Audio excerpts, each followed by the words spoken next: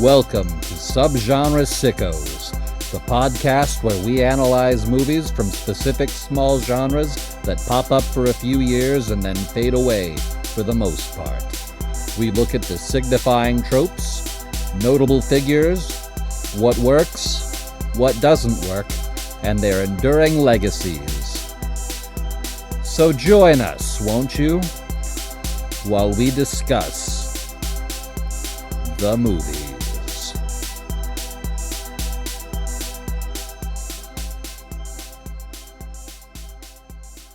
Creeps, ghouls, sickos.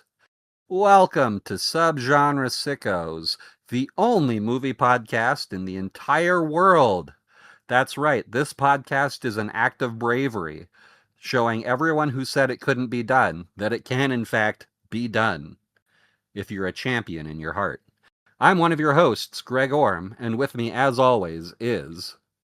the other one of your hosts, Steve Skinner, and we are in the last few films of our Mumblecore series, and we have something that I guess is technically a movie.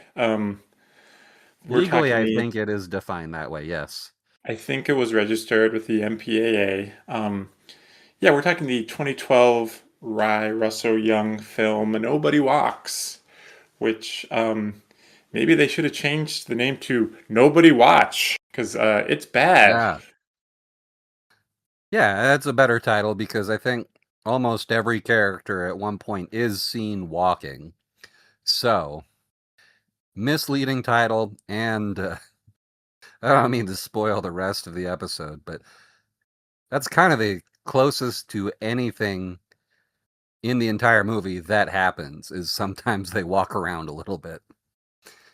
There is some walking. Yeah, based on like the kind of tagline and the name, because it takes place in Silver Lake, so it's like an LA movie. So I'm like, oh, like this is just about LA because nobody walks in LA. Like I thought they were gonna make like a big deal about that, and doesn't really come up at all. They don't really make a big deal about the things that happen in this movie that any human being would make a deal out of if it happened in their life. This was a whole lot of not much.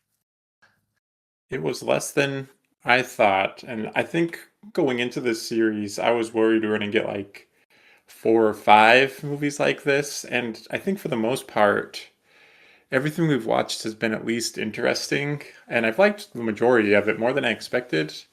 Yeah. And especially like revisiting some things, like oh, like a lot of things which I might have dismissed previously, kind of looking back on them, like well, like in today's ecosystem, like compared to some of the stuff coming out today, like this is not bad. Like these people know what they're doing, even if it is a little rudimentary and raw. But like I think we both like that, like a little just a lot of passion, a lot of rawness. And this is like this movie is so overly thought out. It's so like I guess trying to be sleek, but like it doesn't, like especially compared to the other movies we've watched, like it doesn't feel real at all. Like none of the characters feel real. Like everything just feels so like contrived and dumb. I would go as far to say there is almost one moment in this entire movie that feels like a human being action, and it's mostly voiceover. So it kind of doesn't even count. We haven't had something like this since Nights and Weekends, which I would still rank above it because at least there is conflict in that movie. I mean, the whole movie is poorly defined conflict, but it is conflict, and this movie is arguably one of the least propulsive movies I've seen in my entire life, and I have watched a lot, folks. I have seen Amityville in Space. I have seen the Amityville Turkey. Both of those movies probably had a budget of 12 pounds because I think one of them's British. Um, more happens in those. Yeah. Yeah, it's because I was thinking, yeah, about like nights and weekends, and it's like, well, at least, yeah, there's conflict. You have like Greta Gerwig. Like not much is going on, but there is at least it's still like a little juice. And then this movie's just juiceless, and yeah, I Yeah. don't know, like it's we It hate on made Joe me, Swanberg, but I guess we're apologies to Joe Swanberg because would rather see yeah, you on screen in your hog than John Krasinski in his dumb face. because at least showing Hog is something. Yeah, it's a Yeah. choice. It's something you can overdo, but it's something. Um, yeah, and this movie is as exciting as Jim Office's clothes in this movie, which gray as hell. They are gray, gray, gray, gray. Like If a you gray haven't guessed, hoodie yeah. and jeans isn't a cool outfit. Well, if he was wearing a hoodie, that would be something, but it's just like a gray catalog t-shirt and then gray jeans. And then he has the gall to shit on someone else's clothes. It's like, buddy, you look like you're trying to go into hiding. You look like you are actively trying not to be a character in this movie, which is Yeah. mostly about you. The world's, Yeah, I guess, most famous sound mixer and editor. Like he has an assistant in like a really nice yeah, house, which may be from his wife's ex-husband, it seems, who's like a rock yeah. star, and he judges for wearing plaid or for wearing flannel and Doc Martens.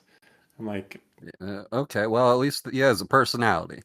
he's trying, he's doing something. He also doesn't seem like a rock musician. No. Like, I've met quite a few. I have briefly been, well, 3 years isn't that brief. Longer than that. I've played in a lot of bands. Uh, yeah, we're all more interesting than anybody in this movie, including me. And I was on the lower rungs of being an interesting musician. Um, yeah, as you may have guessed, we might struggle to talk about this one because it is really pretty much nothing. It's sparse even by mumblecore standards, and just Yeah. has like the It's a crumbs of long some ideas and just doesn't do even anything with, like, it just, yeah, doesn't do anything with it. And I think you're going to say it's a long 80 minutes. yeah, it's a paradox because the movie is only 80 minutes and nothing is happening.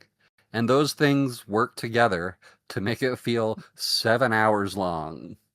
Interminable. I don't, And it is very rare that I check to see how much time is left in something that I watch for this because for the most part, I'm really liking what we're watching.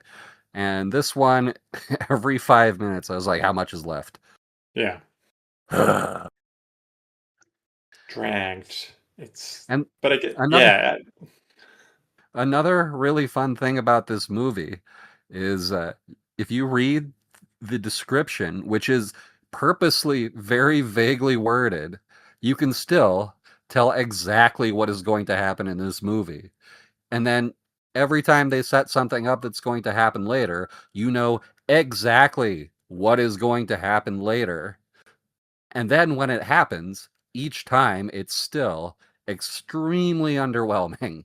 Like, the whole movie, you're just waiting for what you know is right around the corner, and then it happens, and it's just like the weakest wet fart, Hmm.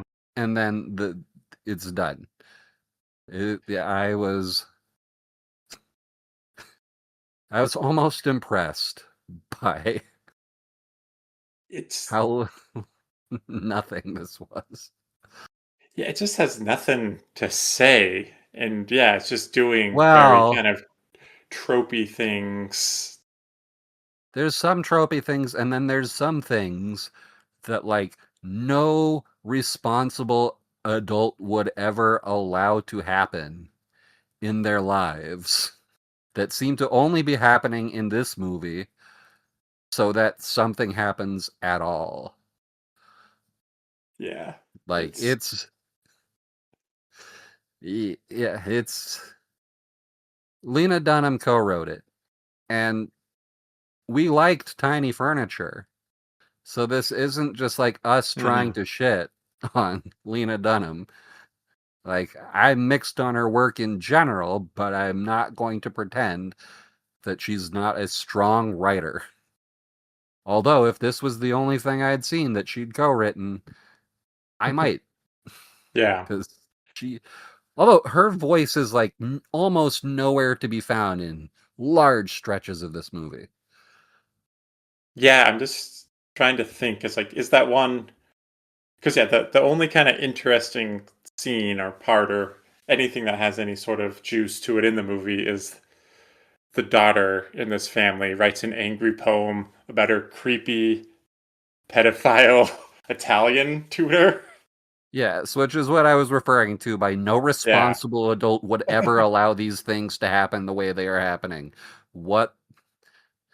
Yeah, my notes for those sections are in all caps and very confused and angry. Like looking at Uh, the credits, no one has a last name, but I'm sure this Italian teacher's full name is Marcello Pedophile because he just comes off so Pedophilia. creepy. It's a Pedophilia. calzone pedofilio. I Yeah. mean, might as Uh, well. Might as yeah, well. But yeah. it's you know what appears the most in my notes? The dialogue in this is maybe awful. Then a few lines later, the dialogue in this is awful. A few lines later, all of this dialogue is dog shit. Yeah, this was not a. Oh yeah, also several times, none of this feels like anything. Yeah, that's pretty accurate. So I guess yeah, I guess a high level I guess more context or details. Somehow this movie got into the 2012 Sundance Film Festival. And In the it tied for an award. inexplicably tied for an award, a producing award. So I guess it was well Granted, produced because they got John yeah, Krasinski and Justin Kirk and Rosemary DeWitt and Olivia Thirlby to be in it. So that's and they good got producing. Jane Levy to generously donate less than 2 minutes of her time to show up and deliver one line of dialogue, even though she is prominently billed in the opening credits, which made me mad for the rest of the movie because Yeah, I just kept saying, I was promised Jane Levy, and she's delightful. Where the yeah. fuck is she? That would have Why tell me about something that's barely here? that would have made if she was more in the movie more, would have made it too good, I guess. At least But it's someone would have charisma. yeah, yeah. We were kind of talking about the 2012 Sundance list Yeah. before, and I'm like, Which, there were some good ones, but there were some rough runs because that was also the year of Red Hook Summer, which yeah, that's is the worst movie I ever saw at Sundance. And I am a big Spike Lee fan, and I specifically love Do the Right Thing. So I was really looking forward to its spiritual sequel. yeah. I think we've covered this before. Yeah. We've talked about it's again. I guess another movie about pedophiles that Hmm. is somehow handles it That's better the than thing. this movie, but not well at all. It's hard to say that this is even a movie about pedophiles because that Yeah. guy has what? Three scenes? And in the Mhm. first one, we have heard that this teenage girl's dad is around, but he's not like her mom has remarried Jim Office. And Yeah. so we're just like, what? Okay, so her dad is vaguely Italian? And That's then what it it turns seemed out, like.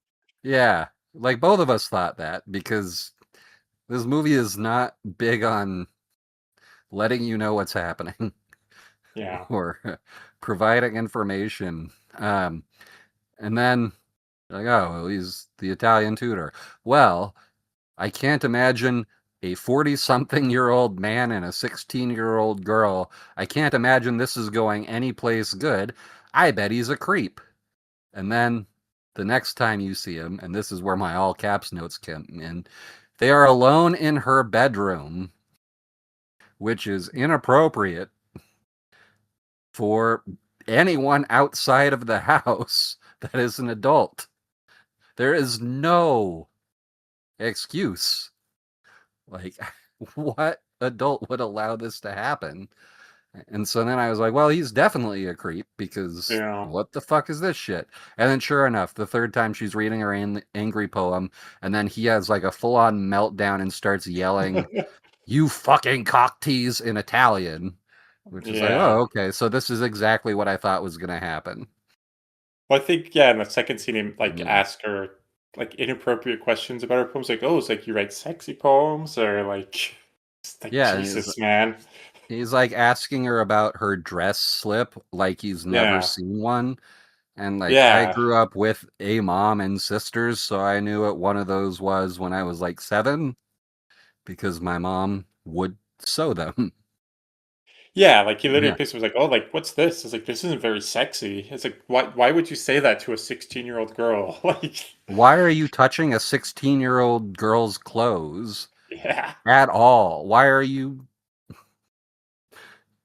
there? Yeah, there is just like n- no reason for no, there is no possible acceptable explanation. yeah. I Uh, think my yeah. main note about this guy was quit being so fucking Italian. That Yeah, well, yeah.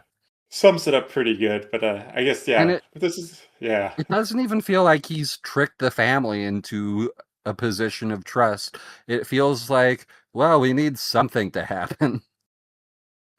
So Yeah, and why don't we? Yeah. it seems like there should have been some because like it doesn't make sense like why she's studying Italian or anything. Like you feel like why couldn't there be one line or again like you said this movie's not really setting things up. It's not really explaining itself. It's just It's either kind of not setting things up or over setting things up where yeah. you know exactly where it's going. Yeah. Yeah, Like, it can't find the right balance. so there's no tension. No tension, but the I guess yeah, kind of the high level synopsis is that Jim Office is I guess a very successful sound editor and mixer and a young aspiring artist, filmmaker, sound editor, mixer played by Olivia Thirlby comes to stay with Jim Office and his family because like her friend or mentor is friends with Rosemary DeWitt, who's married to Jim Office. Like it's very strange. And it It's and that never yeah. it's never clearly laid out. You just like see her. So this movie opens with her at an airport meeting a guy dressed like casual Jay Leno. You know what I'm talking about. Denim on denim. And then they go to his car, and I assumed they were dating because they just like immediately start groping each other and making out. But it He's doesn't. really trying to pull out that hog. Like in the parking Yeah. lot. Yeah, they're not even in the car, and they're not even obscured behind a beam or another No. car. They're just like full on dry humping next to the trunk of the car, the most exposed part of the car, uh, in broad daylight. And so Yeah. you think, surely these people are dating. Well, That would make it's sense, un Greg. it's unclear. It's very, very strange. And then She's yeah, she's just like, hey, like it was fun like sitting next to you on the plane, but like I just need a ride. So something happened on the plane. Maybe they hooked up or something like that happens. But that yeah. would have been maybe interesting to dive into. But it's just like, Yeah. but And I he's guess so men, bland looking that I spent the rest of the movie thinking the assistant was him. yeah, me too. Yeah, my line when I first saw him or my note was like, "Who's this boring hunk?" Which Yeah, no, I Same with the immediately assistant. yeah, I immediately went straight to the denim. That was just because But I'm a it's denim on denim guy sometimes. we love denim on denim. We love I metal could do on denim. metal. I can do denim on denim on denim. I can do a whole Canadian tuxedo. The Canadian three-piece. Very, Yeah, very bold move. But yeah, it's yeah, I don't. So yeah, he just because I guess the way every man that Olivia Thirlby interacts with in this movie is they lose their goddamn minds and just want to be with her. Like that's like yeah, every single male interaction she has, even with Jim Office's and Rosemary DeWitt's like 10-year-old son. Like yeah. it's very And weird. what's interesting about it is she doesn't seem particularly interesting, which is not the fault of the actress, No. but seems to be the default for every character in this film. um, yeah, granted, she is pretty, but like they're in LA, which is a city full of pretty people. There is no Right. explanation why they're all going like goo goo bananas over this moderately almost interesting person.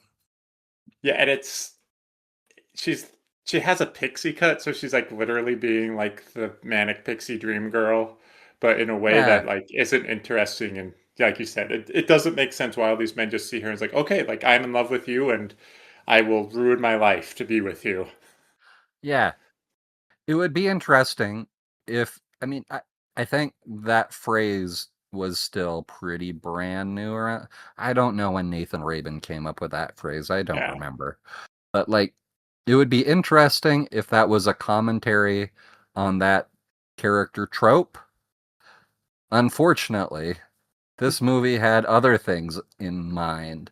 And by other things, I mean seemingly nothing. Yeah, nada. It's but she's quirky, you know. They're taking pics. She's taking pictures, not wearing a seatbelt as they're driving to Silver Lake, and Yeah, she's posing like Gene Seberg in Breathless, which is hmm, like, okay, so you're trying to show that she's cool, but the problem is now I just want to watch Breathless instead of whatever the fuck this is.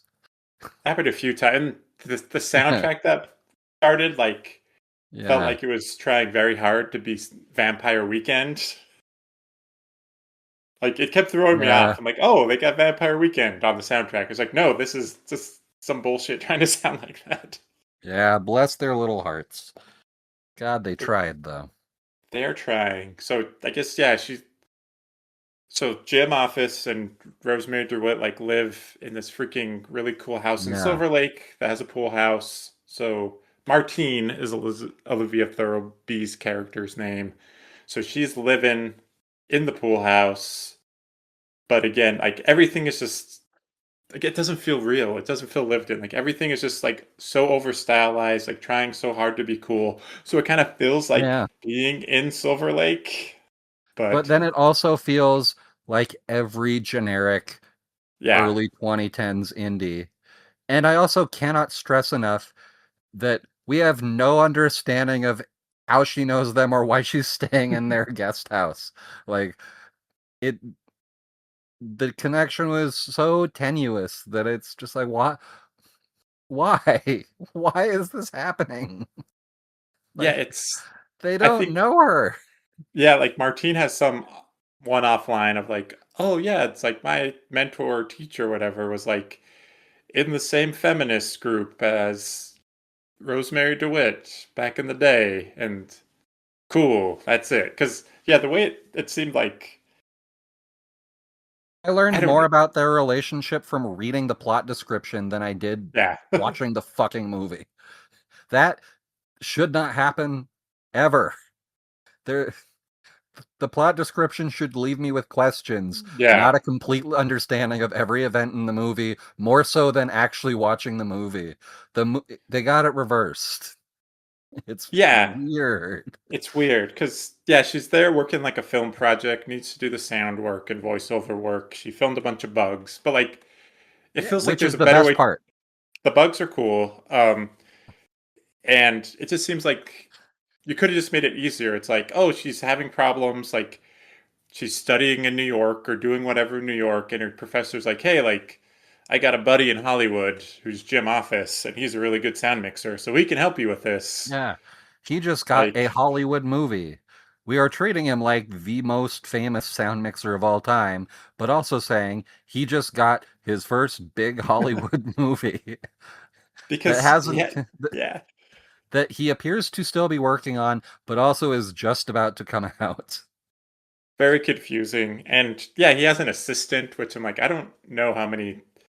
If you're just getting your first movie, like, I don't know if you have an assistant, but again, it's just unclear. It seems like Rosemary DeWitt got the house in the divorce with Dylan McDermott plays her ex, and Jim Office just benefits from it. Like because I guess I had like a recording studio. I was like, oh, I use that for my sound That was mixing my stuff practice. now. Yeah, I Yeah. hear you're putting my practice room to good use. I'm glad someone's getting some use out of it. And that's it for personality in this movie. I'm a cool musician. You ever heard about Peter Frampton? They literally talk about Peter Frampton. It's like, Yeah, what is happening?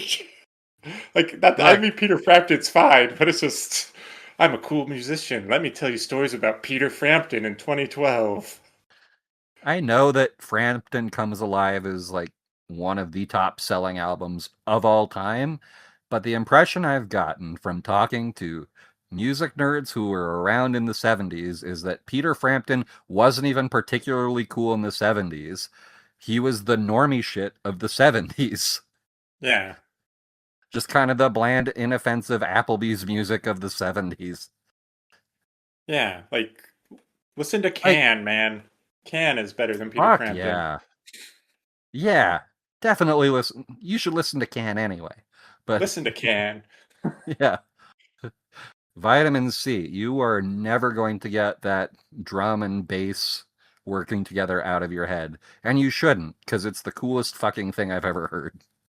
It is a banger and it is an excellent song. And yeah, Yeah, listen to Vitamin C, everyone, and not yeah. Peter Frampton. But yeah, Listen to it for 80 minutes rather than watching this movie. you'll get You more won't get out of bored of it. it. You No, won't get bored. I listen to that no. song on repeat all the time. Yeah, me too. It's a great song. It's a jam. Rather than putting any of the songs from this movie on the promo, I think I'm going to put Vitamin C because it's better. It is better. But I guess when they're trying to figure out this bug stuff, she does have a line that's like, I guess could it's on the line of personality when she's like, "What does a Yeah. bug's heartbreak sound like?" Yeah. That's interesting to think about. Yeah. If But only the movie was interested in asking any question, even slightly approaching that one. yeah, maybe figure out what a bug's heartbreak sounds like after things get weird between them. Like that could be a nice little button on the end. Like, oh, this is the bug's heartbreak. Like we figured it out. It's these weird Yeah. combination of sounds. That would be interesting. But It yeah, wouldn't I be don't know. good No. if she said this. Like, this would be a dog shit line, but at least it would be something if she, at the end of the movie, said, well, I'm as heartbroken as one of the bugs in my little movie. I Yeah, would just have spell at it out. least liked that. Yeah. But And no. yeah, I guess they just go around and they're recording stuff and it just again reminded me of Blowout, and I'm like, oh, I would rather be watching Blowout. Like that's a good Easily. movie about. If you want a good movie about sound mixing and sound editing, watch Blowout because it's Brian De Palma, and so it's a good movie. It's one of his. I'm fully in the tank for De Palma. He's one of my guys, and Blowout is like one of his best. If you're listening to this and haven't seen Blowout, which I don't know what you people watch, like check it out. It rules. Blowout kicks ass. Blowout is great. This episode is mostly going to be us recommending things that are not the movie we're talking about. And that's Yeah, fine. yeah. You know what else played at the 20 Sundance Film Festival, the Brazilian movie Father's Chair, featuring great Brazilian actor Wagner Moura, who was nominated for an Yeah. Oscar in last year's The Secret Agent. Father's Chair, really good movie. You know, Watch that instead of this. you know what else played that we went and saw? Shut That. Up and Play the Hits, the LCD Sound System documentary. And coincidentally, I believe the episode that this, or the week that this episode is released, we will both be seeing LCD Sound System separately from each Oh other yeah. because we Oh currently live yeah. in different places. So that's good news for us. Yeah, you can't find that anywhere though, on like, because it's I not have it. streaming. Yeah, I bought the Blu-ray immediately. I think like the Blu-ray is super rare and expensive now. Yeah, I got it right when it came out because it has the whole 3.5 hour farewell, quote Oh, nice. unquote, Madison Square Garden concert as a bonus feature. And I am not ashamed to admit to all of you fine people that, granted, I was very stoned the first time I watched the whole thing. I did cry because Yeah, it's good music. it's good. It's a good fun time. I Yeah, I think I and I sent thought you a, we'd never hear from them again. neither did I, but now Yeah, we're seeing them both this year, so it worked out in yeah, our favor. But the I yeah. sent you a fun Instagram video, Greg, of a guy Oh shit. doing his own version of LCD Sound System, and it's a pretty good little parody. I have been really bad at watching reels, and I apologize to any of our listeners who I think there's at least one that has sent me reels in the past couple of weeks. I just have not gotten around to them, and that's my bad. It's not that I don't want you to send me reels, it's just that I haven't looked at them. So, Happens. yeah, We got you busy know how it is. lives. Yeah, I had to watch this shit. So It there's is kind going of to it is going to sound like that we didn't pay attention to this movie. I desperately wanted to be looking at my phone the entire 80 minutes just so I was looking at something. But no, yeah. I owe you Yeah. guys my full attention when it comes to things we cover.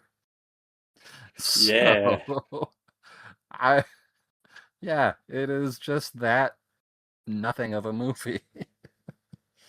I guess I will say like one other interesting thing when they are recording sounds, they do kind of alter the sound mix on the movie to reflect like the little sound things they're doing.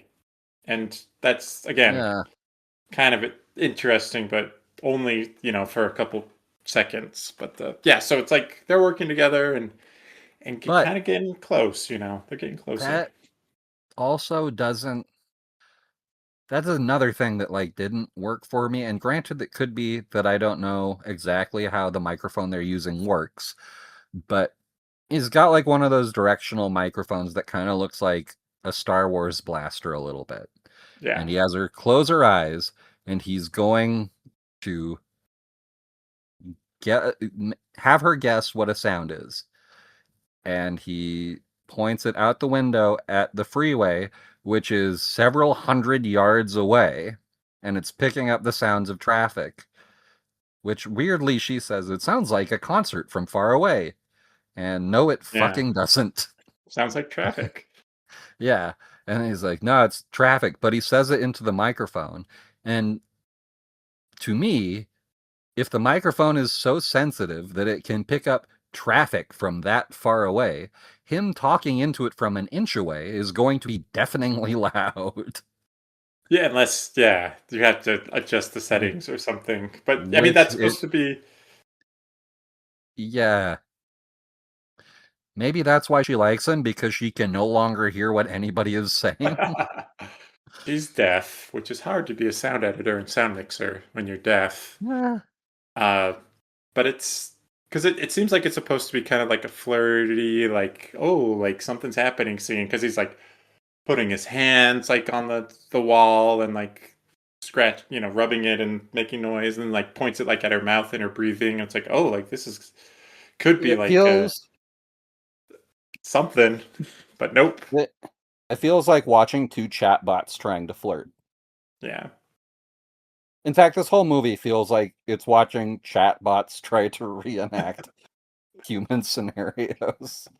It's just like, Yeah, there's a degree of closeness, but it's off just enough that it's really off-putting. it's One of like my other this. notes is this AI? It felt like AI before AI. Yeah, Yeah, it's just so like read it on paper. It's like, oh, that could be interesting, but just how it's done, it's yeah, just like okay. And it's I think I think for both of us, it's like it's hard that John Krasinski is the lead of this movie, and yeah, we both don't like him and think he is like anti charisma incarnate. yeah. Aloha is a bad movie, but it is his best performance because he has like maybe one line of dialogue in the whole thing. Yeah, we were texting before. I'm like, I think the only thing I've seen that I've liked him in, or that I think's any good, is A Quiet Place, and I Yeah, haven't seen it since it came out, and it's just I liked it well enough, but it's just like, okay, I guess that's your peak, like, yeah. because I think I told you I saw that one post hype, so I found even that one underwhelming, and I have not bothered with the sequels just because I didn't really care. So I, this is fine. I mean the sequels I've heard aren't terrible, so maybe I'll check them out Yeah, sometime. But it's I don't know because I'm just thinking because yeah I mentioned before didn't watch The Office, was just against The Office because everyone in Provo, Utah in 2007, like their personality was The Office and thinking they were like Jim or whatever. And it yeah. was just so annoying, so infuriating. The week I moved down there was the season premiere of season 4 of The Office, and I had all the other seasons on DVD. And the apartment complex I lived in was having an office watch party. And when I lived here, nobody at the McDonald's I worked at watched The Office and they thought I was weird for watching it. So I got down there and I was like, finally, some people that will know what the fuck I'm talking about. So I went to this office watch party, and immediately the energy by every other person there was so annoying that I never went to another one and actively avoided a lot of those people when I would see them out and about. Yeah, just people just I don't know how many you would hear people just say that's what she said probably 1,000 times a day. Like Yeah, that was people's personality. Or like, I'm three hole punch Jim. Look at me. I'm so clever and cool. I like the yeah. same show as everyone else. And the thing about That's What She Said is in the show, that is supposed to be an indication that Michael Scott is lame and out of touch and doing hacky jokes that he thinks are funny. Yeah. But then people just started saying it like it actually was funny. And it was already so tired by the time The Office came out, which was the whole reason why his character was saying it, that it was just like, God damn it, are we really doing this again? Yeah, like in the British Office, you got Ricky Gervais, this character doing stuff like the "What's up," and it's like, oh yeah, like this guy is insufferable and super lame. But the thing about What's Up is it's always funny. It's evergreen. It's, I Granted, mean, "What's up" is maybe that's a bad example, but in the context of it the show, it's kind of like, oh, like yeah, here's this dated reference, and this guy's like yeah, kind of lame for bringing it up, yeah, and that's what she said is kind of the U.S. Office equivalent of that, and yet, and yet. even today, 21 years after the premiere of the American The Office, people are still doing that bullshit all the time. And it's like, when is this going to stop being funny to you people? Because it stopped for me in like 98. And I was 13, the height of when that should have been funny. Yeah, it is hack and bad, and I Yeah. don't just John Krasinski just I don't know. This doesn't do it for me. I don't think he's funny. I don't think he's good at being an action star. I think his Hey, face is that's Jack dumb. Ryan you're talking about here. Oh no, Jack Ryan. That's Bert from Away We Go. You're talking about here. Oh, Remember? actually, I do like Away We Go. But that, it's got Maya Rudolph, and it's like, I also haven't seen it in 15 years. I mean, that's a But very 2009 ass movie. that movie came out right after it was written by Dave Eggers, and that movie came Oh, out cool. like right after I had finished reading a heartbreaking work of staggering genius, and at the time that was my favorite book. I still think that book is funny and clever. I haven't read it in a long time, but I thought it was a good book, even though he is no longer on speaking terms with the brother that he raised that whole book is about. And that brother's like, yeah, he's kind of a narcissist. And I don't like how he treated me after the book was a success. Um, that being Not said, great. yeah, I haven't seen that movie in 15 years. I might still like it, but at the time I loved it. It is like it is very locked into that 2009 kind of indie aesthetic, but it's made by Sam Mendes, so it's like a real Yeah. filmmaker. So Yeah. it's Granted, executing that well. I was a 23-year-old, so it was like the time in your life where you do make indie stuff your entire personality, Yeah.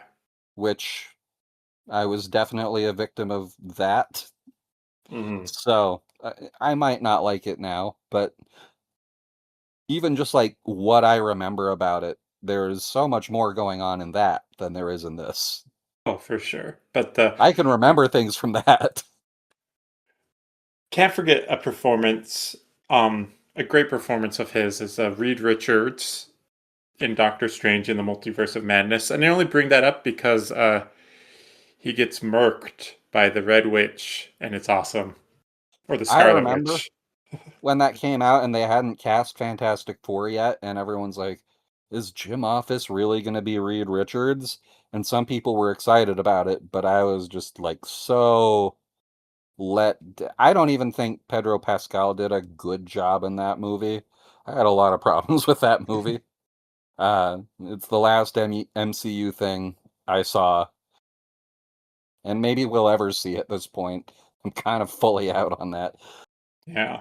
But I think it would have been somehow a less inspiring performance with fucking John Krasinski in there saying, like, we've got to be fantastic now, or whatever the hell.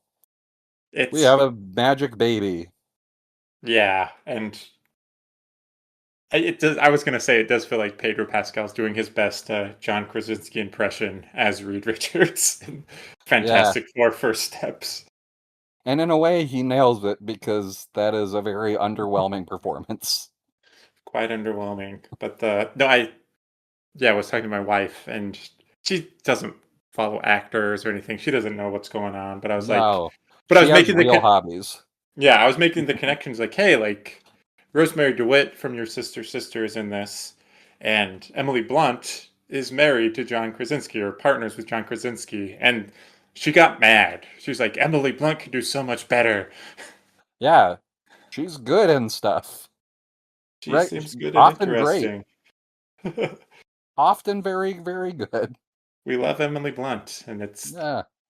it's strange. I don't know. We could, yeah. She is So, more successful at both comedy and action, oh and yeah, also drama. And he yeah, is, uh, yeah, because when she needs to be funny, she is. And Edge of Tomorrow is one of the most kick-ass movies. yeah. Edge of End of Tomorrow sentence. rocks. She's freaking hilarious in the Devil Wears Prada movies, Yeah, and arguably the best part. And that's a yeah, good movie. yeah, it's Yeah. she's a standout among a lot of great performances, and just weird that they're together. I don't know.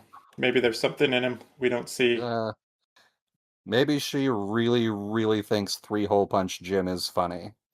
She loves Three Hole Punch Jim. Just And goes honestly, mental over it. whom amongst us doesn't? Ugh. Ugh. Well, Fuck The how Office. 30 Rock is better. Watch 30 Rock. watch 30 Rock. Watch It's Always Sunny in Philadelphia. Watch Curb Your Enthusiasm. All these shows are Yeah. better than what we were watching instead of The Office. Yes. Always Sunny. Did you say that one? I did. I guess Parks and Yeah, Rec as well. We'll throw that in there. Community. Community was good Community, for the most part. Community all the time. And I guess another show that has an actor in this movie that I was watching a lot at the time, but I don't know how it's held up is Weeds. I was watching that as well, and Yeah. Justin Kirk is in this movie as a Oh yeah, we client should probably talk about this of. movie a little bit more. Yeah, I'm trying to circle back. I'm trying to make these connections. He's It's a just so client. hard to talk about because it's Yeah, he's a client nothing. of Rosemary DeWitt, who's a therapist, and he's like some fancy screenwriting mucky muck. And basically, his therapy sessions come down to like, I hate all women because they're gonna let me down because I'm smarter than them. But I also have Yeah. dreams where I have sex with you, and all I want to do is have sex with you. And Yeah. instead of It not seeing takes him again, it takes 2 sessions for him to get to that, but you know that's where it's going as soon as he says, "I am smarter than every woman in the world," basically. yeah, it's yeah. Justin Kirk is playing a Justin Kirk type. Yeah, like you hate him immediately. Like Yeah, as he's soon as he started before I even recognized him as Justin Kirk, I was like, "Well, fuck this guy."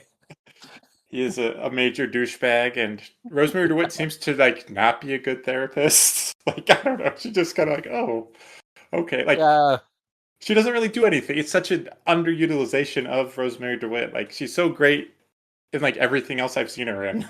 Like it's just yeah, shocking that she's like, oh, it's like you got nothing in this. They gave you nothing. yeah. Because when he tells her about the sex dream, which first of all, it's weird that she allowed it to continue because we all know where it's going. Yeah, She just like there's no external reaction, which is professional, I guess, for a therapist.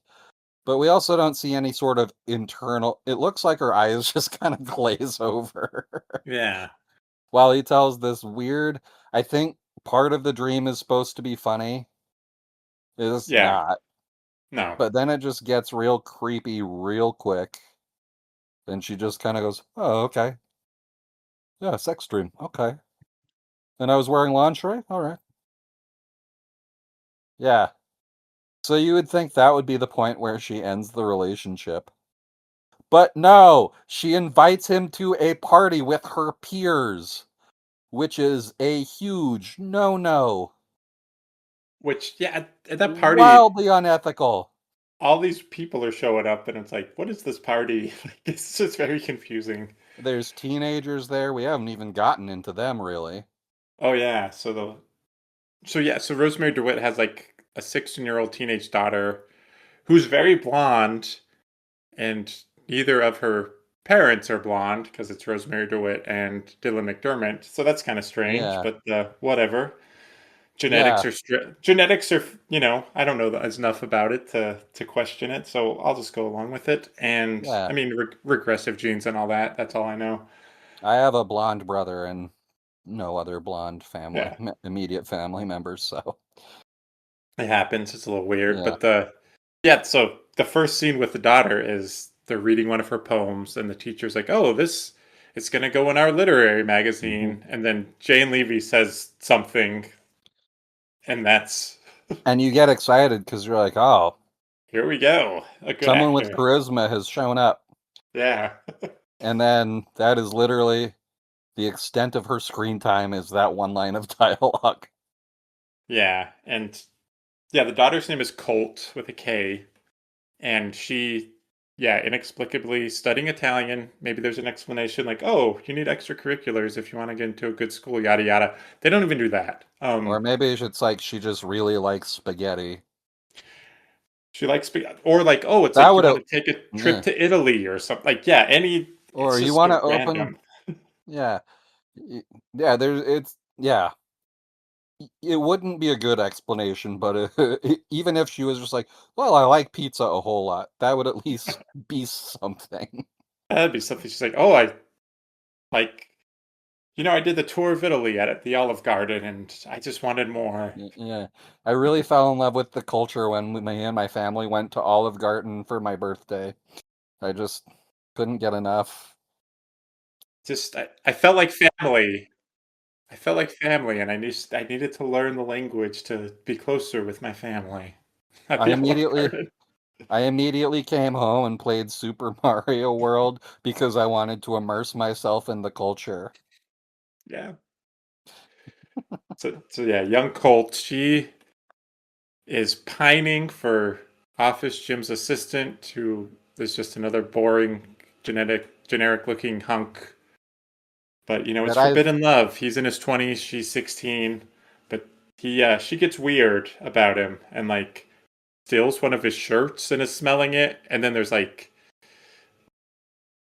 a weird scene with like the tub, and I was like, is she gonna pull a salt burn? Or I don't know what's happening. Yeah, well, neither did the script. No. Um yeah, anyway, she has a love interest that I assumed she was dating at the start, but then it turns out they're not. They just it's like a guy that looks like Rivers Cuomo from Weezer, but Yeah. slightly bigger Yeah. because he's just a little guy.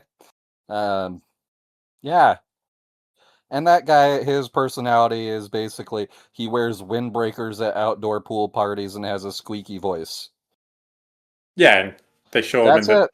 in an early school scene, and he's pitted out. So there you go. He's a sweaty teenage boy who looks like Weezer.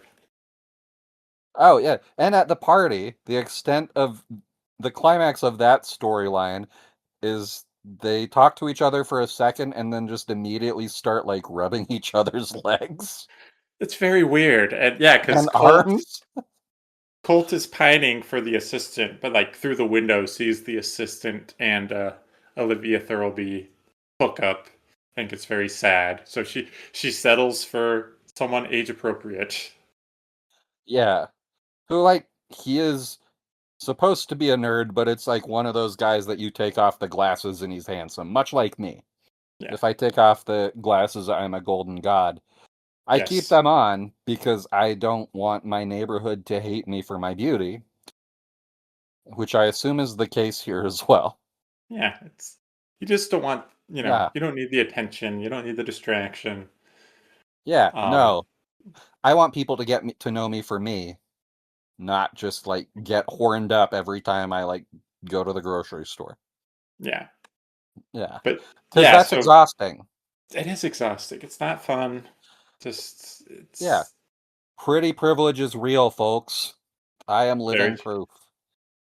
very true. And yeah, I don't know. Like again, like with Martine and Jim Office, like they're just vibing. I think like they kiss at some point, and then there's Yeah. a weird scene where she's like, after they kiss, like she goes into the house, and Rosemary DeWitt's like cooking food, and like, hey, like, will you help me like cut some parsley? And Martine's like, I don't know how to cook, and she's like, oh, it's easy, and then like gives her a butter knife pretty much to cut parsley. Like it's very It's strange. it's not quite a paring knife, but it's not much bigger. And I was watching that and I was like, is that really what you're supposed to use for that? Because I use a much bigger knife. I use my regular I chef knife for that sort of thing. Yeah, I use a I chef always have. knife because Yeah. it's that's It's how you kind of cook. You cut things with a big yeah. knife. It's kind of all purpose in my house at least. The chef's knife. And it's just like a weird conversation between them, and then it's yeah, like and then yeah, like it's kind of but yeah, Martine's like hanging out with the assistant, and it seems like Jim Office is like jealous, so like he'll send like the assistant out to grab stuff so he can be alone with Martine. Like it's But real weird luckily, he stuff. does it in the weirdest way. Like he just like seems to get borderline angry out of nowhere. It's like, hey, bud, can you just go to the store or something? Yeah, it's like And it's just like, his assistant is talking to Martine for like 20 seconds, and he yeah. gets just all weird. He's like, hey, you gotta leave. You gotta go to the store right now. Oh, we should go back. We're jumping all over the place because so much nothing is happening that it's hard to keep track of what is when. The reason that they kiss in the first place is because they have two actors come in to Hmm. dub dialogue over the bugs, and she asks the male actor to do a different take and then tells him exactly what she wants in a way that is clear and direct and makes sense. And then he has a full-on fucking meltdown about like, you're not Yeah. even really saying anything. None of this makes sense. And it's like, no, she gave you pretty concise instruction. Like what is this? Yeah, like it's pretty clear, and A- he's yeah, just a And total then diva, and just and then storms out. Jim Office is like, hey, you show her some respect in this house, you actor. You think you're too good for bugs? I mean, that's a much more interesting version of what he actually says. He's basically just like, she's paying you, so just do it. Yeah, which is which would get me horned up. Jesus Christ. Yeah. Um, yeah. So It, he sends the assistant out, and then they have sex in the soundproof room, well, and it's there's a it keeps certain. like Sorry, go ahead. it just like keeps cutting to like the daughter making a sandwich or like Yeah, outside of the room, and you are thinking, oh, someone's gonna hear this in the soundproof room or walk in or see through the window or something. Nope.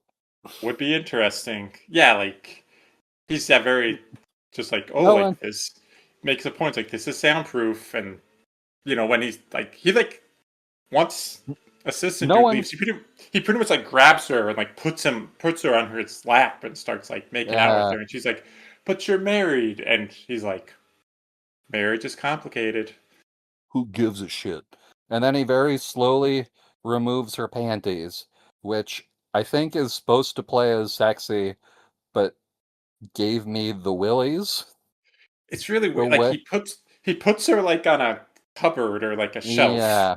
and it just seems uncomfortable. I'm just like, who's just no one could be having a good time. Like it just seems so uncomfortable. Yeah. And then it just like keeps, you think it's over, and then it cuts back and it's still going on. And it's the most nothing sex scene. It's boring, I and it's keep, just like, dude, you're married to Rosemary DeWitt, who is a very yeah. beautiful, awesome woman. Like, what are you doing? Yeah. Yeah. Let's see. Oh, yeah. Definitely in my notes, I thought Denim guy was the assistant for like most of the movie. Yeah. But I Oh, guess, yeah. Oh, go ahead. she also at one point, I think it's in the scene where she's cutting parsley. Who knows? Reveals that she used to Oh, live with a yeah. boyfriend in Hell's Kitchen, but then she pulled a straight up James Franco on him and like manipulated him into posing nude on film, which he was not comfortable with, so he sued her. And we're supposed to still think she's cool and everybody's falling in love with her, but that's like literally what James Franco got canceled for just a couple years later. Yeah, she's. And we still don't like him. No, I mean, Seth Rogen is not even Yeah, fucking with him at this point. I Yeah, hasn't it's. for years. Yeah, it's so weird. It's just like, oh, well, you're just terrible. And it kind of maybe comes full circle at the end when her and Jim Office kind of have their final showdown.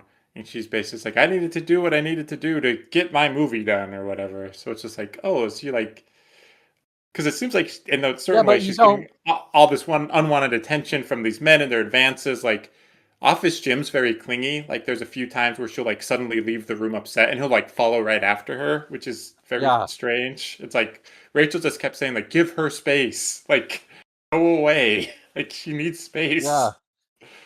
And he like has a full on meltdown when she like I guess it's implied that she has sex with his assistant too. And he Yeah, gets really mad about it. And it's like, buddy, you have a wife and children. You are yeah, doing the same thing, except it's way worse yeah, because you are in a committed relationship and doing this. And that was pretty clearly just like a weird fling that makes no sense to us, the audience. Like, Yeah, yeah, it is weird. very weird. And there's yeah, it's so I guess yeah, there's like the big party scene that happens. Martine's there with the assistant. Rosemary DeWitt's there with Jim Office. The daughter's there with her weird boyfriend or whatever he And is, Avi. this is we get where Rosemary DeWitt figures out what's going on between the two and just sees them flirting, and you think that this is going to lead to some sort of confrontation.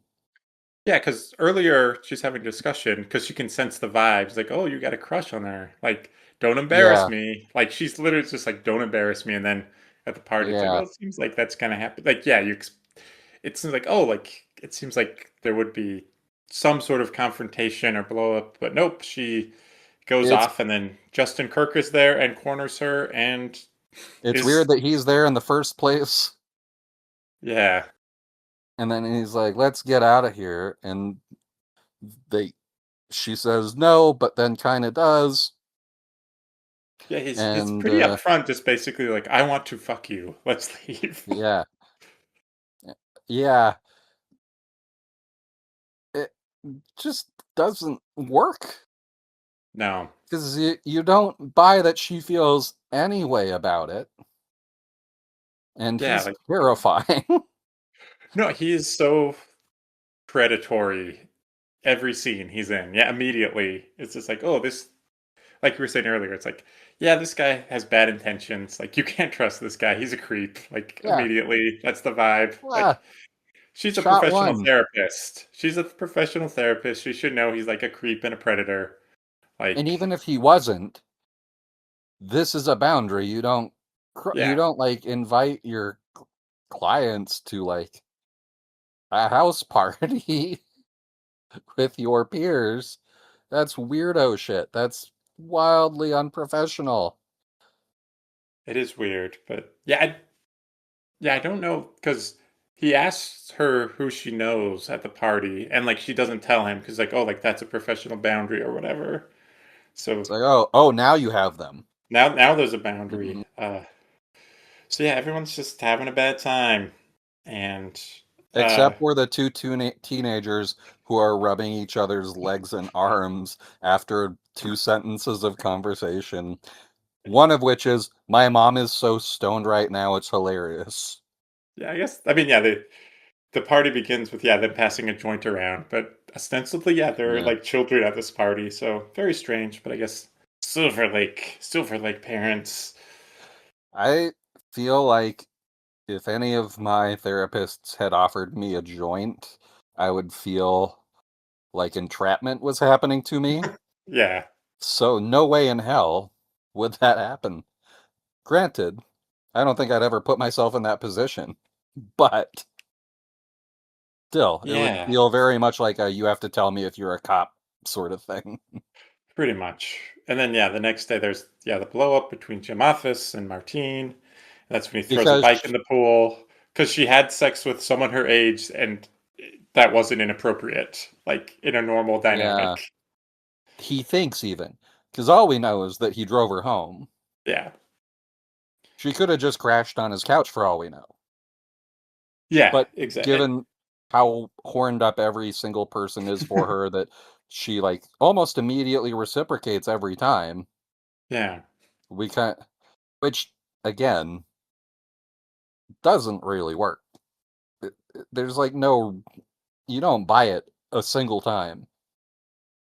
yeah. It's like it only works in a under the pretenses of like, oh, she's trying to get something from these guys and using sex to do that, but like it doesn't even seem like that's happening. No, it's just because there's no chemistry between anybody in this movie. No, it's And most uh, of these actors are good. So yeah, it's it's especially confusing. very strange. So I guess the only time someone does walk is kind of after this blow up. Like obviously Martine doesn't want to be in this house, and so she walks to Hyperion and back. And so shout out to Hyperion Street. Rachel worked there. 10 years ago. And she like kind of takes some pictures or something, and this is where we get the angry poem, Yeah. and then the Italian man calling a 16-year-old a fucking cock tease, which Oh, God. is just like, even for how telegraphed him being a creep is, that just feels like way too on the nose. Yeah. It's like you didn't want to take a second pass at this. Yeah. Come on. It's, I guess there's, yeah, seeing, yeah. And this is all happening. She's alone in the house with the teacher because the parents and the son are gone somewhere. And Yeah, Martina's left on her walk. And so she's alone in the house. And Martine walks in on him being a fucking insane creep and like breaks it up. yeah. But Uh, otherwise, like, it could have but this ended so poorly. this again begs the question: why are these parents letting a 40-something-year-old man be alone in their home or anywhere with their 16-year-old daughter? I cannot imagine any Yeah. parent I know even considering that possibility with a close family friend, even. That's just Yeah. something you don't do because there are so many horror stories everywhere. Yeah. Like, It's, everybody knows somebody that something fucked up like that has happened to, whether yeah. you know that or not. Everybody knows somebody that so you just don't do it because you protect your fucking kids. Yeah. Like, not good parenting.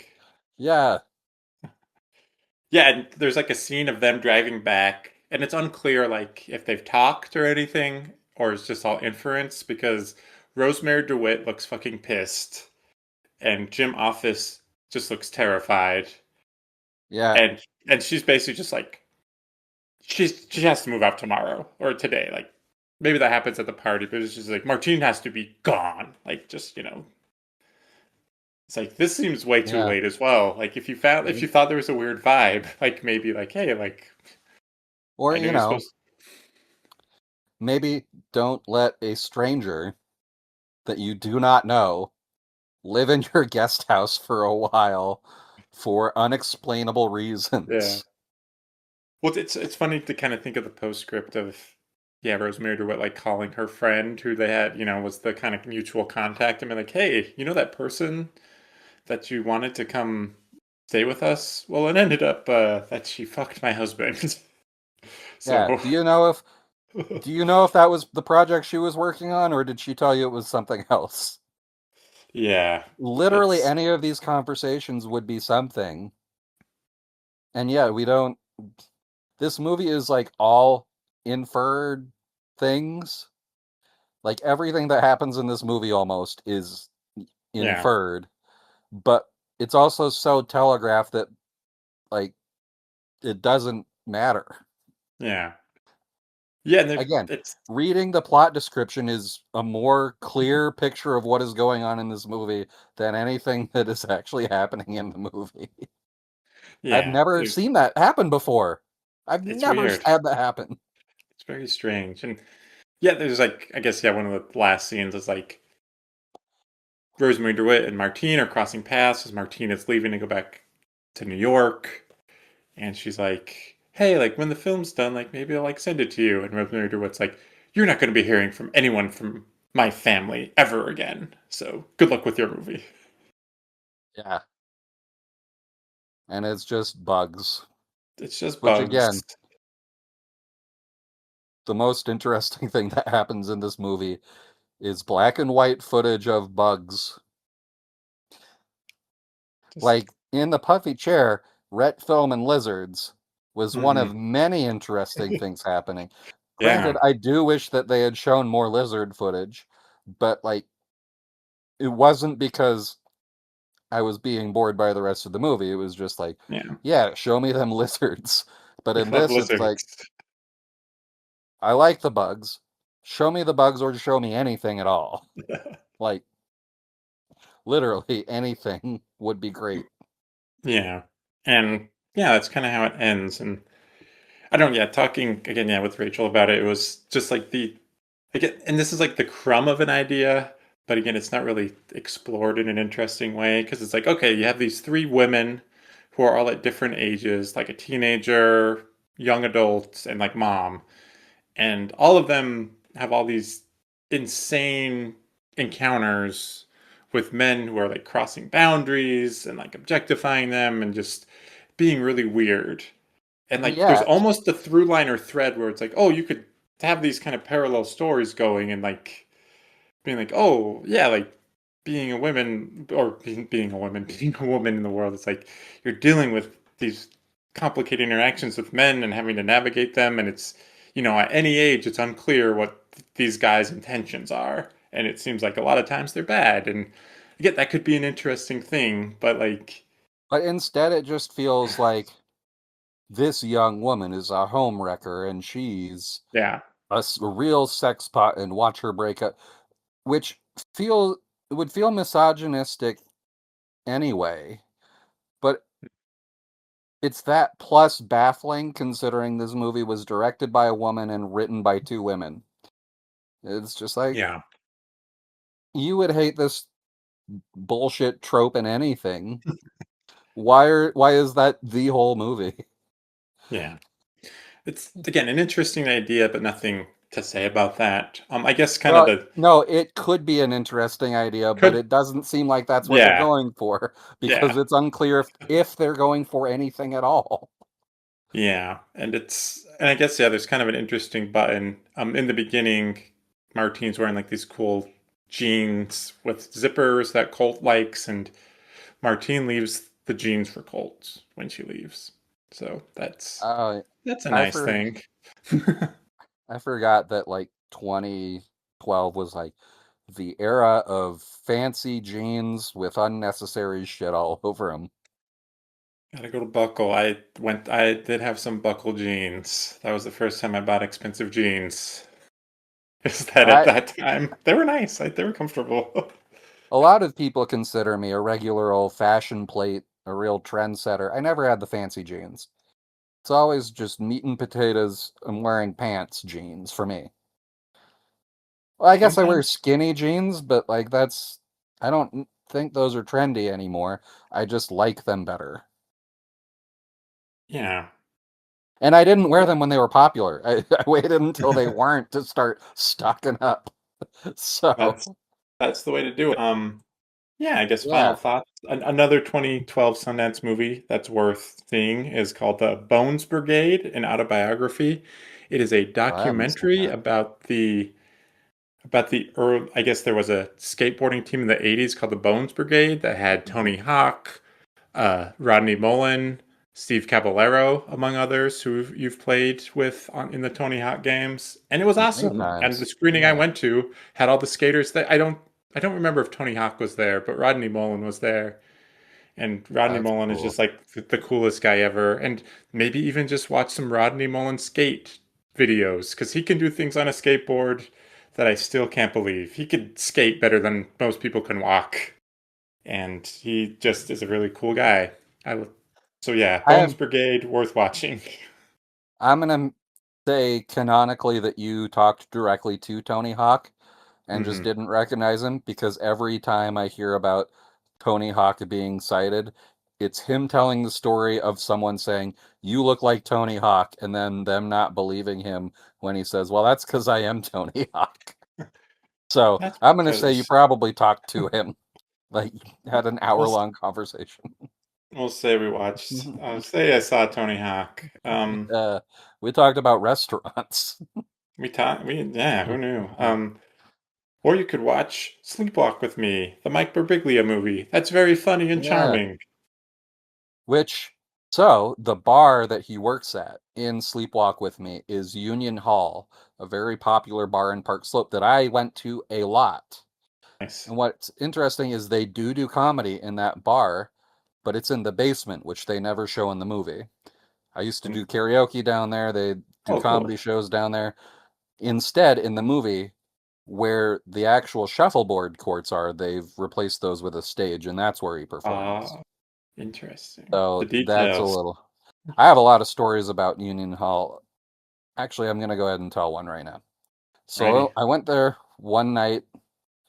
I don't remember what we were doing, but it was like me and some friends, and then a friend from Provo's older brother that I didn't know that well, but somehow I wound up talking to him, and he just like kept looking at different women, being like, "Yeah, she's hot," and he was very drunk, and I was like, "Yeah, okay." And for some reason, we were buddies. I don't know why. I really don't know him very well. Anyway, at one point, he says, "I'm going to be right back," and he disappears. Oh God. And a half hour later, the bouncer comes up to me and says, "Hey, you need to go get your friend. He fell down the stairs. We think he might have a head injury. Oh no. So you need to get him out of there." Uh, so I spend the next hour, granted, this is already 1 a.m., Oh no. searching the entire bar for this guy. Cannot find him anywhere. So I go outside and wait outside the bar for a half hour to see if maybe he's out there, or to see if like maybe he's gonna come out and head home. Like, you're not supposed to leave a man behind, but if you can't fucking find the man, and he's not answering texts either. So, like, Incommunicado. yeah, so I don't know what's happened. I go home. I text him the next day, like, "Hey, I lost track of you, but I heard you fell down the stairs and hit your head. Are you okay?" Nothing. 2 months later, I hear this story from a different friend who knows him. So that guy had already left before the bouncer approached me. Somehow he had snuck past me. I don't know how. There weren't that many people in that area at the time. He had gotten on the train and fallen asleep. He was supposed to wake up in like Midtown or something. Hmm. He woke up in the Bronx at the end of the line and was like, "Well, That's I the better wrong go spot. back." So he stays on the train. It heads back. He falls asleep, wakes up at Coney Island, which is the other end of the line and the exact, like, the furthest point away in New York City from where he was. He's like, "Oh shit. Yeah, well, I better stay on the train so I can get home." Does it again. Wakes up in the Bronx again. And he either went back to Coney Island again, or that time he made it home. But it was like several long trips on the train where he kept falling asleep and waking up at the end of the line before he made it home. And I was pissed because I was like, "I was texting you to see if you were okay." And Yeah. like, surely that deserves a response of, "I'm fine, thank you." But I'm no, I fine. heard about Keep it. falling asleep on a train. Yeah. I heard about it from someone else, and then the next time I saw him, he's like, "The weed you guys have sucks." And I was like, "Well, okay." Have never seen or heard from that person again. Don't particularly feel bad about it. Weird night. Very weird. It's, yeah, at a certain Yeah. point when you just take an Uber or Lyft home, but it's I mean, I think I walked, but that was like a 25-minute walk from my apartment. So, yeah. Well, I guess if you're having a head injury, maybe just not that guy's not thinking well. Not thinking straight. yeah, that's the other thing. Like, what the fuck? Yeah, no. Uh, Weird. yeah, weird time. Don't really miss that guy. Yeah. Uh, God knows what his life is now. He's probably still on that train. The Q, I think, was the line that he took, which Wow. is an express, so it was a little bit faster, but still, So yeah, weird. it is weird. Anyway, Union Hall, cool bar. They do good comedy shows there. Good to know. If you're ever in Park Slope, I guess, yeah, any final thoughts? I guess I when I started, I played the trailer for Rachel to see if she wanted to watch it with me, and she's like, "Oh, like I've seen this before." And at first, I was like mad, like, "How you seen this before me?" Because usually it's like the opposite. But then as we got into the movie, she was just like hating on every detail and stuff, and I was like, "Oh, maybe it Yeah, was a good thing I hadn't seen this before. yeah. Maybe she Well, just totally forgot it because there's nothing to remember in it." here are two of my notes back to back. Uh, I don't buy one goddamn second of this horse shit. Followed by, if a movie is supposed to show us something about humanity, it would be great if any of the characters acted recognizably human at any time. Good points, because yeah, like a lot of this genre, like, and I think it's a lot like, okay, like we don't have a lot of money, but like we can tell human stories that feel real and people can connect to, and like that, that's more important than uh, production value and things like that. And this movie, it's like, oh, it seems like they got some fancy house to film in, like it looks very sleek. They got, this is another kind of, it's going a little Hollywood. You got name actors in it, but then it just has nothing else going on for it. It's just so, yeah, devoid of any humanity that it's just kind of, yeah, a uh, shame, and kind of embodies, yeah, a lot of the worst tendencies of kind of the Sundance and indie scene of that time. yeah, and I would another Sundance movie that I've yelled about from this year on this podcast recently, possibly our last episode. I'm pretty sure it was our previous episode. Liberal Arts, kind of the same. Yeah, That one's a little more insufferable because that movie is fully up its own ass. But yeah, it at the same time, it at least has Zac Efron as a weird, like hacky sack stoner. Jesus, I can barely talk today. Um, and he's giving a great and funny performance, so much that you really wish the movie was about him instead of hmm, anybody it's actually about. This movie yeah, doesn't. The closest movie thing this movie has to that is Jane Levy delivering one line 2 minutes into the movie and then promptly disappearing yeah, because she had a good career to pursue. yeah. Josh Radnor and John Krasinski, the unremarkable, Yeah. boring white guy leading men. Yeah. The only good thing about Josh Radnor's character on How I Met Your Mother is he's a Unicorns fan. And it actually kind of makes me mad that he keeps talking about, or he mentions maybe twice in that show, that that's his favorite album because it's my favorite album. Hmm, And I am at least more interesting than that guy.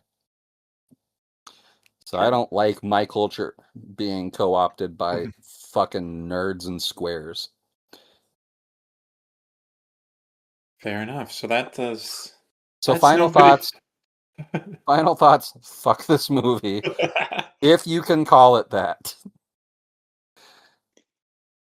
I Yeah. know if I was writing a critic, or a critic writing a long line like, "Nobody watch, nobody Yeah. walks." Yeah. That's my pithy Or walks commentary. away. Walks away. Nobody walks, but you should, in the opposite direction. Yeah, A not little sweatier, but we're doing we're not professional writers. We're just yeah. podcast minds. I'm a borderline. I've been paid for writing before. Oh, so you are a pro. So, yeah. It's been years. And it Full was, counts. yeah. Yeah, we're counting it. I have a gift. I did not keep my light under a bushel basket. Good. I wrote 500 words on Texas Chainsaw Massacre 2 and a handful of other horror movies over a few month period. That's a fun time. Yeah, I was excited about it. And I got enough money from that. Like, it was just a friend's blog, so he couldn't. I was just lucky he was paying me at all. But it was like Yeah, enough to buy the Blu ray of whatever I was covering next. So that cool. was a great little thing for me. Worked out in your favor. Yeah, yeah. It was not fundamentally different from what we're doing here. It was just about horror movies that I like. Oh, nice. Yeah. Anyway, yeah, most of my notes are just like, I hate this. I don't buy any of this. What is going? Why would anyone act like this? Yeah, that not Yeah. great. Anyway, did you watch anything good this week? Yeah, I kind of, yeah, wanted to take a little bit of a moment, because it does relate to what I watched. But I guess to timestamp this, we're recording this just a few days after the passing of Sam Neill. I think he's an actor that means a lot to people our age. Like, Yeah, we And grew no, up seeing him. yeah, like I was, I think I first saw him in Jurassic Park as Dr. Alan Grant, and I'm just like, oh, like, well, this is the coolest guy. I want to be like Yeah, Dr. Grant. I want to be a paleontologist. I want to date Laura Dern. But I want to be misanthropic towards children and well, meet a T-Rex. I got that. The misanthropic about children part I got, Yeah, but just yeah. yeah, such a great actor with great range. Was able to do the genre stuff so well. Like Omen 3, Possession, such a great movie and great performance. Possession is the fucking coolest. It's in my top 5 favorites of all time. I love that movie so much. It is a gnarly movie and it's great. So you should watch it because It's so good. it's so good and gnarly. But able to again, like, do sci-fi like Jurassic Park and Event Horizon, among other things, and just really good dramatic actor. He was just kind of It was seemed like he great. could do anything. Was almost James Bond for crying out loud, and Omen just 3 is bad, but he's good in it. yeah, He's like I don't particularly like that movie, but I really like his performance.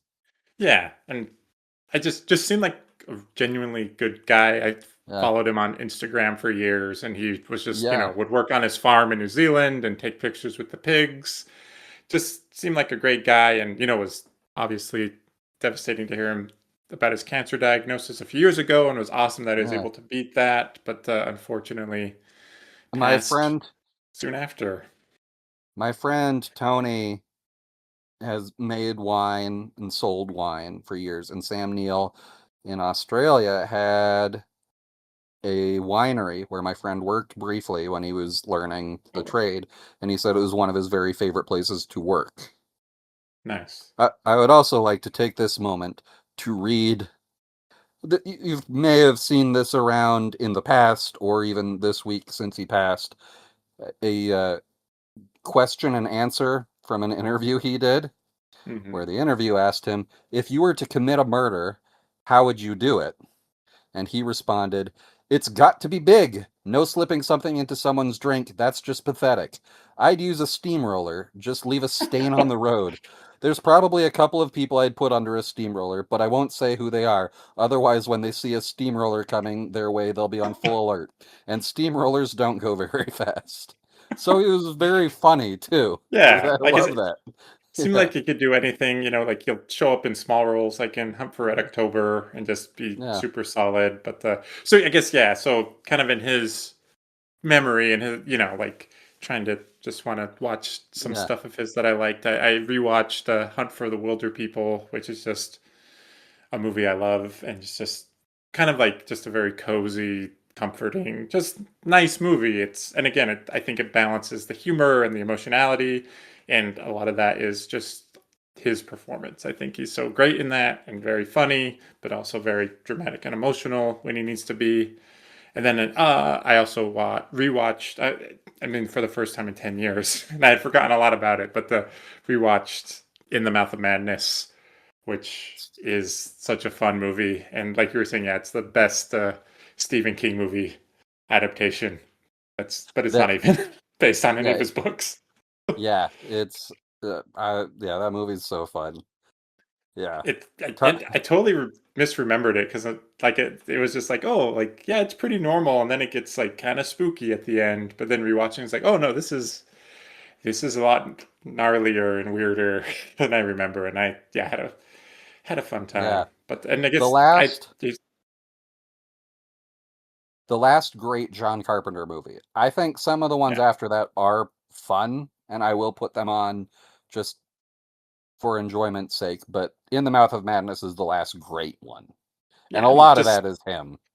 oh yeah, just I mean the premise is just really cool, and he's great in it, and fun movie. And I guess yeah, he's really good in the piano. Yeah. Showing those dramatic chops, getting cucked by Harvey Keitel. But who amongst us wouldn't want to be cucked by a Harvey Keitel? He has a good quote about that that I don't have handy, but he was just saying like that's a really important feminist movie and I'm really grateful to be a part of it. And like I was just a supporting character, but that's what I should be in a movie like that. And I'm just really happy that I got to be a part of this Yeah. important work. And it's cool when you can put your ego aside like that, like he seemingly. You never hear anybody say a bad word about him, Yeah. ever. Oh, I want to shout out Dead Calm also. That Oh, movie's nice. nuts. Yeah. I like that movie a lot. It's uncomfortable, and like he's mostly just on a boat by himself while his wife is kidnapped by Billy Zane. So he doesn't even have that much dialogue, but he's so good that like you can't look away when he's there. Yeah. Cool movie. Dead Calm is cool. Yeah. So just yeah, gotta fill in some of those gaps of stuff I haven't seen, some of his earlier stuff, and but just a loss that yeah, A real just one. really yeah, it was a tough one because again, it just felt like he's kind of been in my life for a lot of it, and Yeah. just yeah, he'll be missed because he I was just a mean, good dude. We need more good dudes like him. Jurassic Park is especially formative for our generation because Oh we yeah, were small children when it came out and that was the biggest deal in the world. But I mean, that's a movie that everybody likes. yeah, And if you don't, you're lying to yourself. You love Jurassic Park. All and of the he's really good in sequels, it. yeah, he's great. Yeah, yeah, yeah, he's a treasure. Yeah. Should I get into what I watched? Yeah, so yeah, it's Good. thanks for I guess Yeah, indulging the little tribute uh, to Sam Neill, but he is I think like you said just really someone who's a big part of our generation's movie yeah. going lives. Oh, also his Instagram was funny. Oh, it was A lot great. of Yeah, times you see actors trying to be funny on Instagram and you're just like, ah, ha, ha, ha, ha. But Sam Neill was witty and had like a really unique, funny sense of humor. He was good. yeah, Uh, anyway, I saw this movie and then came home and discovered the news like within 5 minutes of getting home was when I found out Sam Neill died. But I went to go see Gail Daughtry's Celebrity Sex Pass, the new David Wayne movie. And if you're into his whole thing, like Wet Hot American Summer and Role Models and They Came Together or Stella or The State or any of these super fun things, it's pretty great. It's really nice. funny. It's just like the right kind of and amount of stupid that I want in a big comedy like that. Just like using silly filmmaking tricks that are supposed to look flashy in other movies, but they're all in service of really silly, stupid jokes in this one. And it's Nice. e- every side character is really funny. There are so many cameos. It's great. It's really funny. I had a blast. There were only two other people in the theater, but like we were all three of us laughing consistently throughout. It's a good time at the movies, folks. Hell yeah. You Yeah, there's you get to learn John Slattery's nickname that John Hamm calls him, oh, and that's it's tease enough yeah, just to go see it for that. Don't spoil yeah, us, Craig. Get us into the yeah, theater. yeah. Oh yeah, I'm not gonna spoil it, but it's very funny.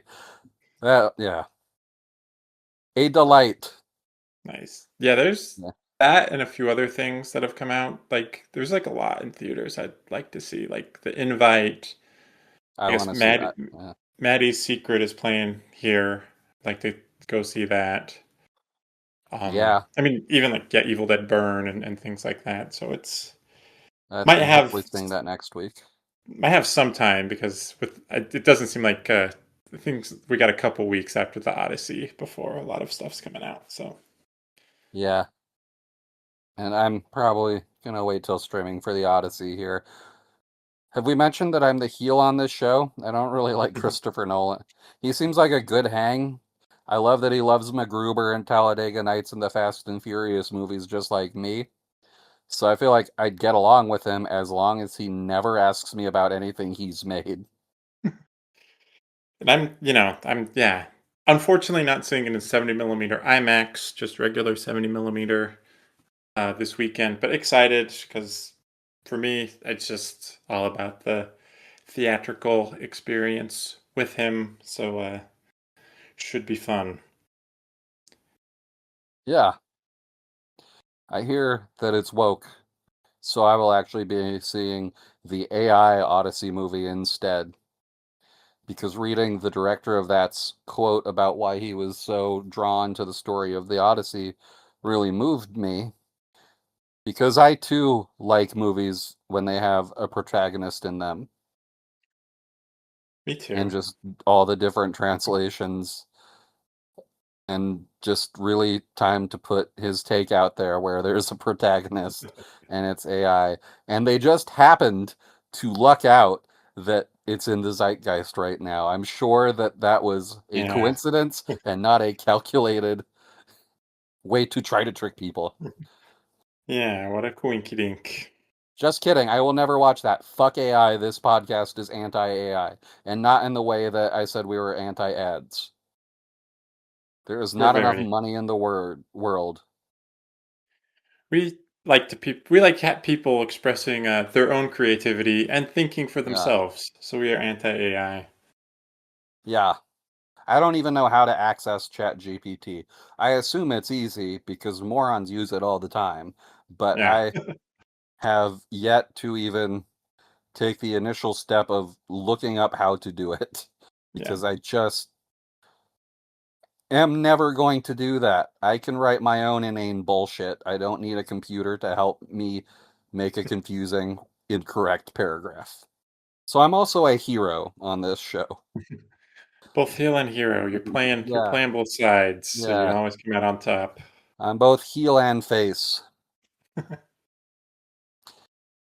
Well, don't even Greg, watch wrestling. hey, but you know the terms That's right. because you listen to guys and have Brian Uh, talk about wrestling. yeah. Um, yeah. Well, I know what you're getting at, and I'll go ahead and Hmm. do it. This is our 18th episode, I believe, and so we've really settled into this. Anyway, I would once again like to thank Nicholas Don Smith for our beautiful artwork that looks as good today as it did the day that he initially sent it to me. I would like to thank Lumbermouth for our editing and theme music. I give him a lot of shit, but he's okay. Uh, I would like to thank you and I for giving ourselves this opportunity. I'm still having a blast doing this, even when the movie is nothing. And I would love to thank our audience that continues to grow and show up for us and just sometimes message me things you particularly enjoyed or your thoughts on things. I really appreciate that. It makes me happy every time. Uh, we are heroes for doing this because there weren't movie podcasts before everyone was too afraid to do it. And you are heroes for listening to this by saying, no, I don't want to hear Joe Rogan. I want to hear two guys talk about Jim Office. So thank you for your Hmm. bravery, audience. Thank you. Thank And you. that's it Thank for you. me. Again, yeah, appreciate you listening to us, and we're gonna keep going. We got We three more arguably have episodes. we arguably have too much planned for where this show is headed, so stay tuned. Eventually you'll have heard of some of these movies. We'll get there. We'll get to well-known movies Yeah. at some point. Yeah.